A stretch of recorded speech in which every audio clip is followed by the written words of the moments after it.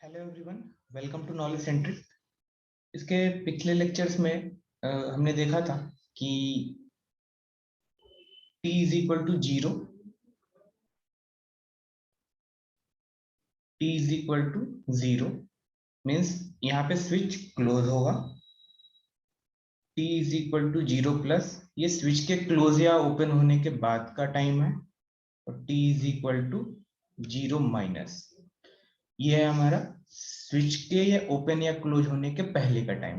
ठीक है, इसके अलावा हमने एक चीज और पढ़ी थी कि जब स्टडी स्टेट कंडीशन है, स्टडी स्टेट कंडीशन उस टाइम पे जो हमारा इंडक्टर है वो बिहेव करता है as short circuit, short circuit, और जो कैपेसिटर है वो बिहेव करता है ओपन सर्किट।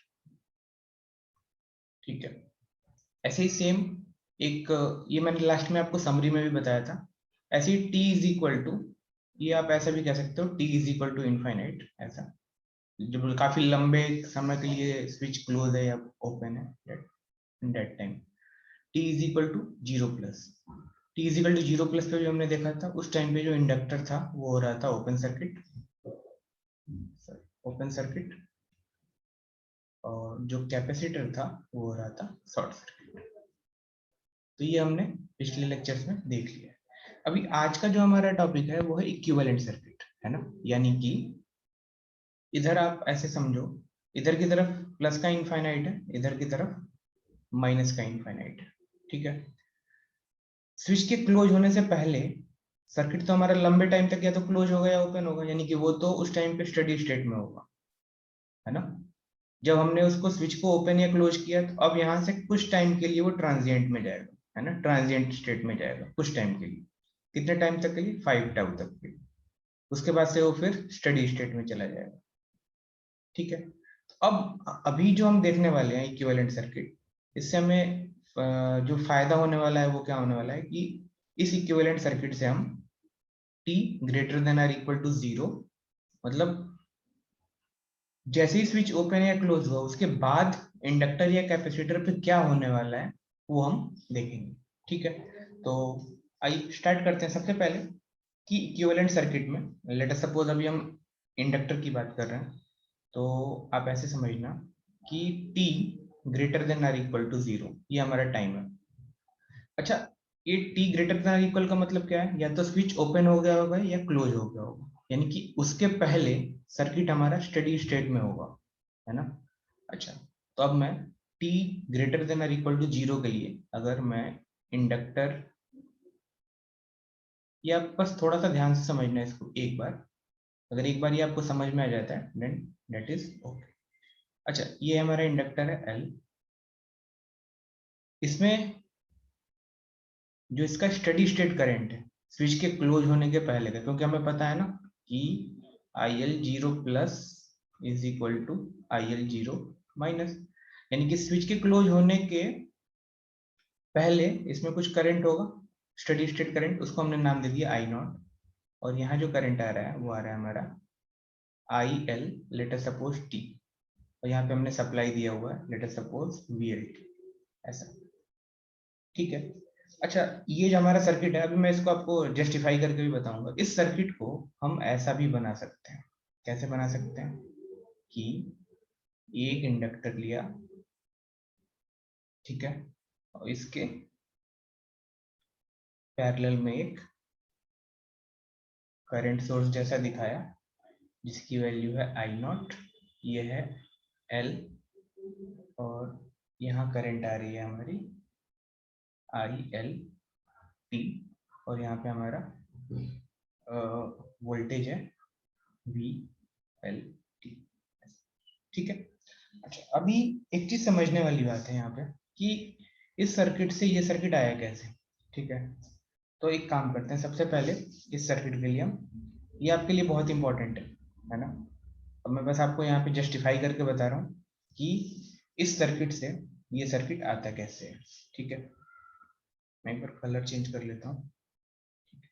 अच्छा, अभी एक चीज समझना कि अगर हम करंट की इक्वेशन लिखें, इंडक्टर के करंट की इक्वेशन, तो क्या होता है? वो होता है 1/L आई डी टी, है ना, सॉरी आई करेक्ट तो निकाल ही रहा है ना, 1/L V L T D T, ये हमारा इक्वेशन होता है ना करंट के, इंडक्टर के केस में। अब बात आती है कि switch t is equal to 0, है ना, और 1 मिनट, हाँ, t इज इक्वल टू 0। अच्छा, इसके पहले माइनस इनफाइनाइट पे होगा, t इज इक्वल टू 0 पे स्विच ओपन या क्लोज हुआ होगा, उसके बाद से किसी टाइम t तक वो जा रहा होगा। इसका मतलब जो हम यहाँ पे लिमिट लेंगे वो लेंगे माइनस इनफाइनाइट टू t। अच्छा, अब इसको हम ब्रेक करते हैं दो पार्ट में। कैसे? माइनस इनफाइनाइट से 0 तक जाते हैं, है ना, और 0 पे क्या हुआ, स्विच क्लोज या ओपन हुआ। इसका मतलब 1/L minus infinite to 0 VL t dt plus अब 0 से t तक, यानी कि 1/L 0 to t VL t dt। अच्छा, ये वाला जो है ये क्या है, माइनस इनफाइनाइट से 0, यानी कि माइनस इनफाइनाइट से 0 या 0 माइनस तक। इस केस में तो स्टडी स्टेट था, है ना, स्विच लंबे टाइम तक या तो क्लोज था या ओपन था। इस टाइम पे आके हमने उसको डिस्टर्ब किया, तो इसका मतलब है कि ये वाला जो टर्म है, ये वाला टर्म, ये क्या है, ये एक तरह से IL0 माइनस है, या फिर स्टेडी स्टेट करंट है ना। इसको हमने नाम दे दिया आई नॉट। तो आई नॉट प्लस 1/L इंटीग्रेशन 0 से t VLT dt। अब ध्यान से आप ये एक हमारा इक्वेशन है ना IL का, ठीक है, ये हमारा इक्वेशन है। अच्छा, इस इक्वेशन को आप इस सर्किट से तुलना करो, इस वाली सर्किट से। यहाँ पे इनकमिंग करंट है ILT, एक करंट आउटगोइंग है I नॉट, और ये इंडक्टर है, और इंडक्टर के अक्रॉस हमें क्या पता है, L पता है और VL पता है, तो इसमें भी कुछ करंट जा रहा होगा।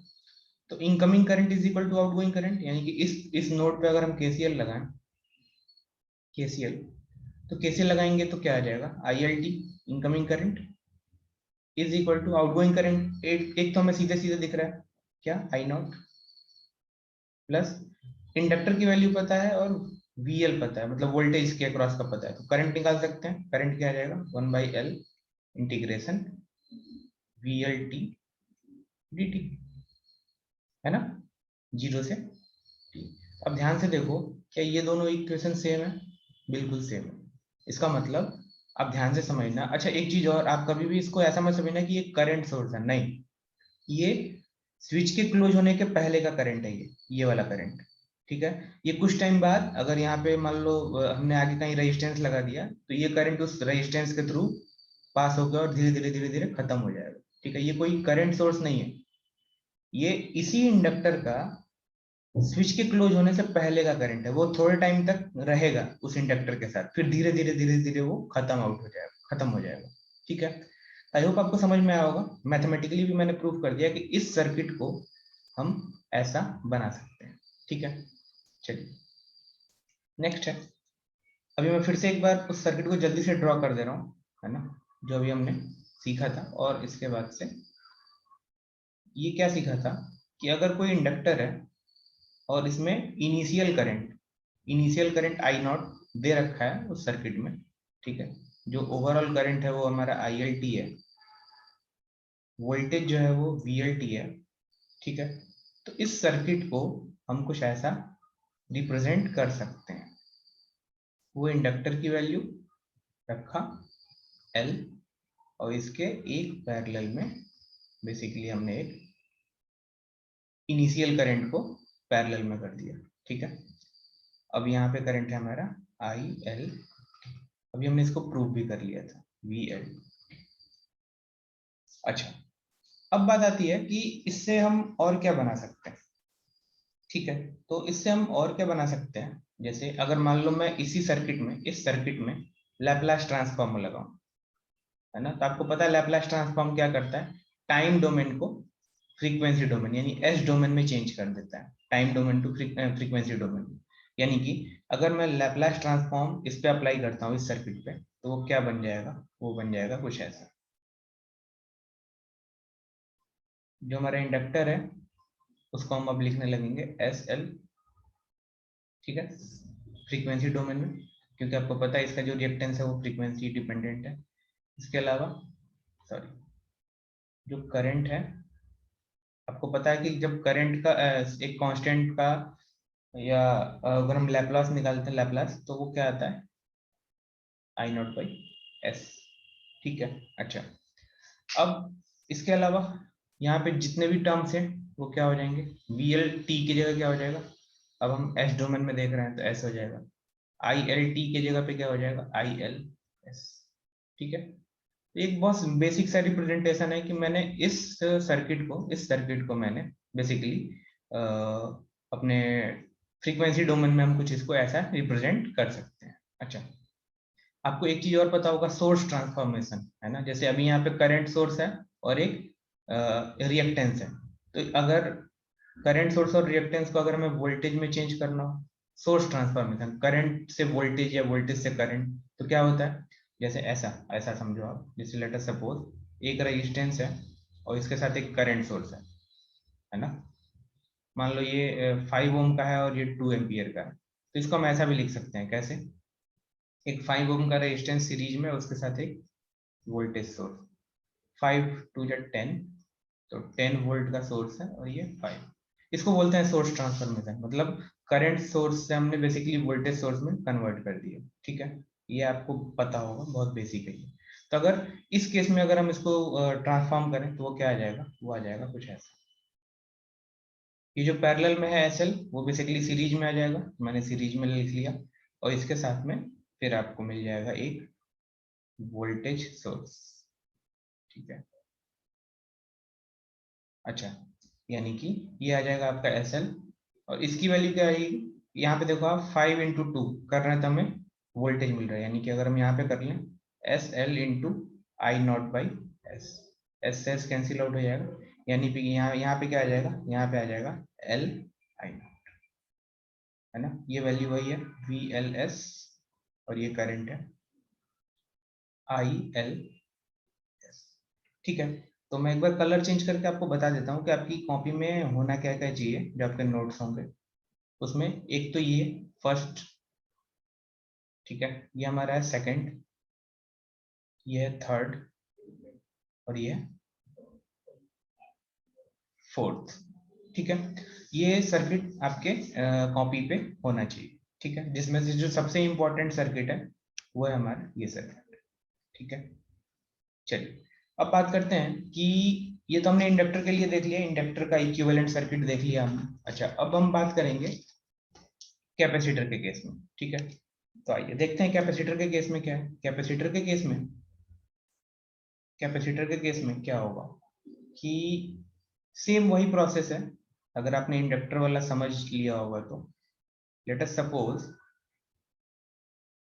ये हमारा एक कैपेसिटर है सी, और इसके अक्रॉस इनिशियल वोल्टेज है, let us suppose V naught, है ना, इनिशियल वोल्टेज, मतलब सर्किट के ओपन या क्लोज होने से पहले इसके अक्रॉस कुछ वोल्टेज होगा, और आपको पता है कि VL जीरो, sorry VC zero minus is equal to VC zero plus, यानी कि कैपेसिटर के अक्रॉस जो वोल्टेज है वो अचानक से चेंज नहीं होता है, ठीक है। अच्छा, यहाँ पे जो वोल्टेज है वो मान लो VCT है, और यहाँ पे जो करंट है वो मान लो ICT है, ठीक है। तो ऐसे सर्किट को अगर कहीं ऐसा है जिसमें एक कैपेसिटर है और उसके उसके अक्रॉस एक इनिशियल वोल्टेज हमें पता है कि उसका इनिशियल वोल्टेज क्या है, तो उसको हम कुछ ऐसा रिप्रेजेंट कर सकते हैं। कैसे कर सकते हैं वो देखते हैं। उस केस इंडक्टर के केस में क्या था, एक करंट सोर्स या करंट जैसा था वो पैरेलल में आ जा रहा था, यहाँ पे हमारा जो इनिशियल वोल्टेज है वी नॉट वो इस कैपेसिटर के साथ सीरीज में आ जाएगा, ठीक है। वो कैसे आएगा अभी हम इसको प्रूव करके भी देख लेंगे। जो आपको ध्यान में रखना है वो ये डायरेक्ट सर्किट ध्यान में रखना है, ठीक है। अच्छा, अभी एक चीज यहाँ पे देखिए, यहाँ पे मैं क्या करता हूँ, यहाँ पे मैं लगाता हूँ कि ये VCT क्या होगा, है ना। तो VCT क्या होगा, VCT इज इक्वल टू क्या होता है, 1/c integration minus infinite to t ICT dt। ये हम सब ने पढ़ा होगा। ठीक, अब वही वाला केस है फिर से, जैसे ये t इज इक्वल टू 0 पे चेंजेस आने शुरू हो, या तो क्लोज हो रहा होगा या सिर्फ ओपन हो रहा होगा। तो माइनस इनफाइनाइट से और किसी टाइम t तक, है ना। वो क्या है, माइनस इनफाइनाइट से हम पहले 0 तक जाएंगे और फिर 0 से t तक। ठीक है, माइनस इनफाइनाइट से t तक जाने से अच्छा है हम क्या करेंगे, हम ऐसा जाएंगे 1/c माइनस इन, अभी क्यों जाएंगे वो भी आपको समझ में आ जाएगा। माइनस इनफाइनाइट से 0 ICT dt प्लस 1/c 0 से t अब हम गए और ICT dt। अच्छा ध्यान से देखो, माइनस इनफाइनाइट से जब तक वो स्विच क्लोज या ओपन हो तब तक तो स्टेडी स्टेट में था, यानी कि उसके अक्रॉस कुछ वोल्टेज होगा, वो होगा V नॉट। यानी कि इस जगह पे हम क्या लिख सकते हैं, V naught plus 1/c integration 0 से t ICT dt। और ये जो हमारा है टोटल किसके किसके बराबर है, VCT। अब ध्यान से देखो, दो वोल्टेज सोर्स क्या हो रहे हैं, ऐड हो रहे हैं। दो वोल्टेज सोर्स ऐड कब होंगे, जब वो सीरीज में कनेक्टेड हो। यानी कि आप ध्यान से समझो, ये जो वोल्टेज सोर्स है इसमें करंट कितनी आ रही है, ICT, है ना। और ये हमारा कैपेसिटर है, तो 1/c इंटीग्रेशन ICT, ये इसके अक्रॉस का वोल्टेज होगा, है ना, इसके अक्रॉस का वोल्टेज। और ये V नॉट तो है ये, यानी कि ओवरऑल जो ये वोल्टेज है वो किसके इक्वल आ रहा है, वो आ रहा है, सॉरी, ये आ रहा है VCT is equal to V naught plus 1/c integration 0 से t ICT dt। ठीक है, आई होप आपको ये समझ में आया होगा। तो अभी हम नेक्स्ट पे जाते हैं और आपको फिर से एक बार दिखाते हैं, और ये आपकी कॉपी पे होना चाहिए, है ना। ये जो लास्ट डायग्राम है ये तो मैंने आपको प्रूफ करके दिखा दिया। बेसिकली अगर कहीं भी एक कैपेसिटर है और इसके क्रॉस हमें इनिशियल वोल्टेज दिया हुआ है उस सर्किट का, है ना, स्टेडी स्टेट वोल्टेज कह लो, तो हमें क्या करना है कि इस सर्किट को हम ऐसा भी रिप्रेजेंट कर सकते हैं एज सिंपल एज एक वोल्टेज सोर्स जैसा, वो बाद में डाई आउट हो जाएगा, आपको पता है ये इनिशियल वोल्टेज है, ये इनिशियल वोल्टेज है, कुछ टाइम बाद ये क्या हो जाएगा, खत्म हो जाएगा, है ना। ये हमारा है V नॉट और ये है हमारा कैपेसिटर और ये है VCT। और अभी आपको ये लग रहा होगा, अरे ये क्यों कर रहे हैं, तो अभी आप जब इस क्वेश्चंस को सॉल्व करोगे तो आपको समझ में आएगा हम ऐसा क्यों कर रहे हैं। ठीक है, अच्छा वही काम, अगर मान लो इसमें मैं लैपलास लगा दूं, है ना, लैपलास, आपको पता है अगर लैपलास ट्रांसफॉर्म इस पे अप्लाई करें तो क्या आ जाएगा, लैपलास ट्रांसफॉर्म से आ जाएगा कि जैसे वहां पे हमने करंट के साथ किया था I0/s, वैसे ही यहाँ पे हो जाएगा V0/s टाइम डोमेन में, सॉरी फ्रीक्वेंसी डोमेन में। ये C जो हो जाएगा वो हो जाएगा 1/sc। और अभी टाइम डोमेन में ना होके क्या आ जाएगा, फ्रीक्वेंसी डोमेन में, यानी कि VCS। और करंट भी टाइम डोमेन में ना होके क्या आ जाएगा, ICS। ठीक है, अच्छा इसको अगर हम वही फिर से ये एक वोल्टेज सोर्स के साथ सीरीज में रिएक्टेंस है, तो अगर हम सोर्स ट्रांसफॉर्मेशन लगाएं, सोर्स ट्रांसफॉर्मेशन में मतलब voltage in series with reactance को क्या करें, current source in series parallel में क्या लगाएं, रिएक्टेंस, ऐसा है ना, सोर्स ट्रांसफॉर्मेशन, तो वो कैसा आ जाएगा, वो कुछ ऐसा आ जाएगा।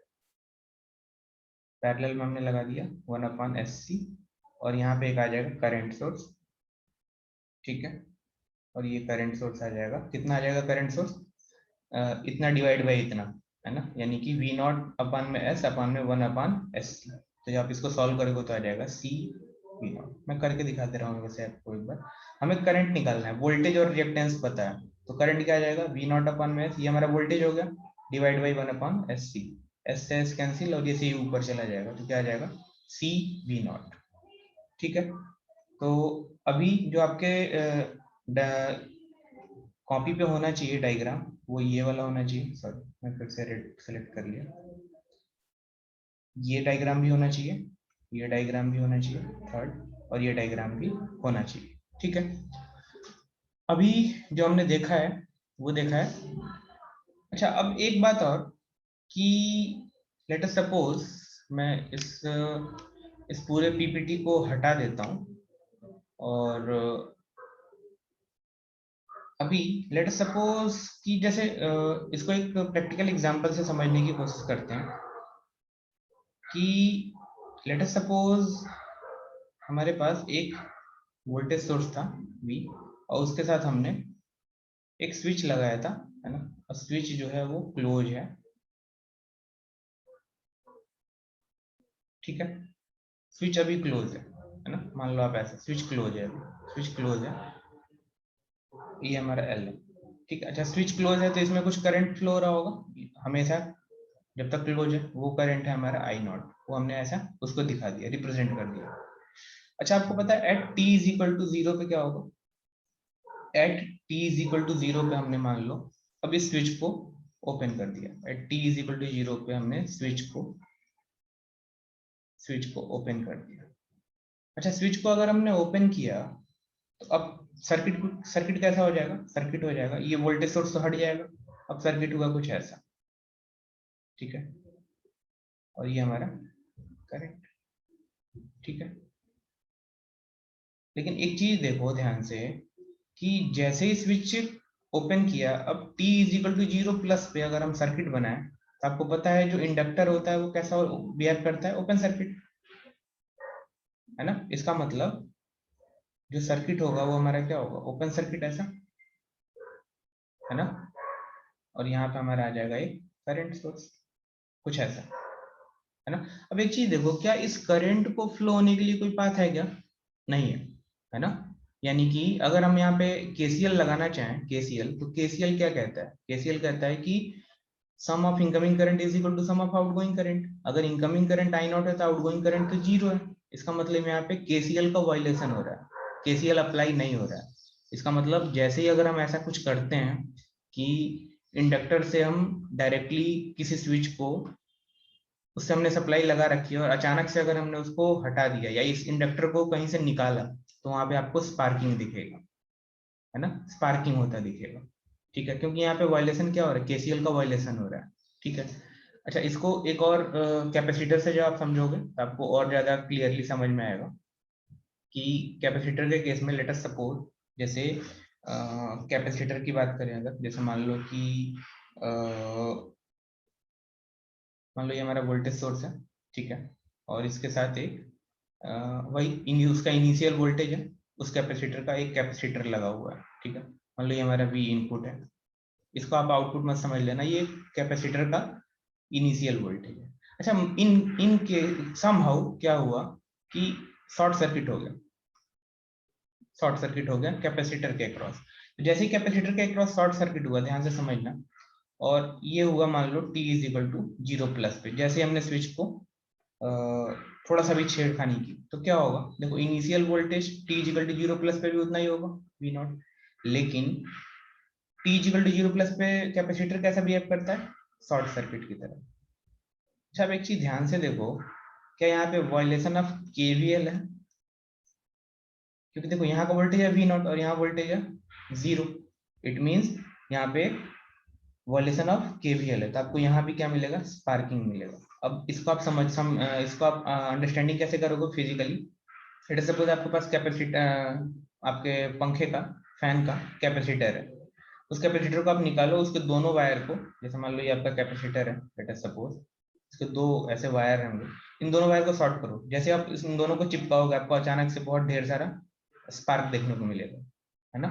इसका मतलब क्या है? जैसे ही वो दोनों कैपेसिटर, हमने फैन से कैपेसिटर निकाला, ऑब्वियसली वो इनिशियली तो उस पर कुछ वोल्टेज है, सप्लाई में तो था ना वो कनेक्टेड, इसका मतलब वो उसके अक्रॉस कुछ वोल्टेज होगा, V नॉट इनिशियल वोल्टेज। अब हमने क्या करा, उसको दोनों वायर को चिपका दिया, तो जैसे ही उन दोनों वायर को चिपकाएंगे क्या होगा? वायलेशन ऑफ केवीएल होगा और वहां पे स्पार्किंग होने लगेगी। तो आई होप आपको इस वीडियो में आपको इक्विवेलेंट सर्किट समझ में आया होगा। तो मिलते हैं फिर नेक्स्ट लेक्चर पे और आगे की जो कॉन्सेप्ट्स हैं उसको डिस्कस करते हैं। Thank you.